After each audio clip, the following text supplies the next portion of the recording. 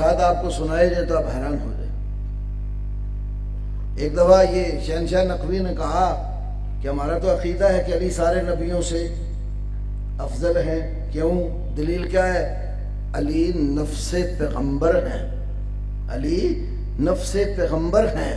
قرآن نے آیت مباہلہ میں جو فرمایا نا کہ تم اپنے نفسوں کو بلاؤ، ہم اپنے نفسوں کو، تو نبی پاک علی کو لے کر گئے تو علی نفس پیغمبر ہے، تو نفس پیغمبر تو ساری دنیا سے، ساری کائنات سے افضل ہے، تو علی بھی سب سے افضل ہے۔ حالانکہ انفسنا کا لفظ قرآن میں قوم اور قبیلے کے لوگوں کے لیے استعمال ہوا۔ ہم نے کہا اچھا علی تو نفس پیغمبر ہیں، تو نفس پیغمبر جب حضرت علی ہو بہو ٹھہرے تو علی اور فاطمہ کا نکاح کیسے ہو گیا؟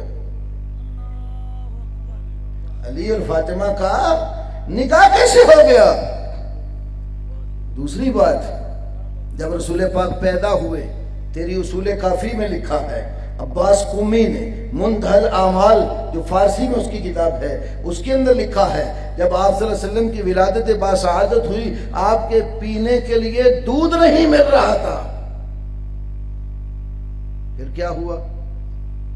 دیکھیں ان کی اوٹ پٹانگ باتیں، کہتے رہے ابو طالب نے اٹھا کر چھاتی پہ رکھا، فانزل اللہ فیہ لبنا القاہ ابو طالب علی صدی نفسہ فانزل اللہ فیہ لبنا، ابو طالب نے اٹھا کر نبی کریم علیہ السلام کو اپنے پستانوں پہ رکھا، اللہ نے اس میں دودھ اتار دیا۔ جب تک دائی کا انتظام نہیں ہوا، نبی پاک ابو طالب کا دودھ پیتے رہے۔ اللہ کے بندو، ابو طالب کا اگر دودھ پیا تو علی کے کیا لگے؟ رضائی بھائی نا، تو فاطمہ حضرت علی کی کیا لگی؟ پھر بھتیجی ہوئی۔ جیسے سگی بھتیجی سے نکاح حرام ہے تو رضاعت کا رشتہ قائم ہو جائے تو وہ بھی حرام ہوتی ہے، تم نے نکاح کیسے کروا دیا ہے؟ اتنی اوٹ پٹانگ باتیں، اس اصول کافی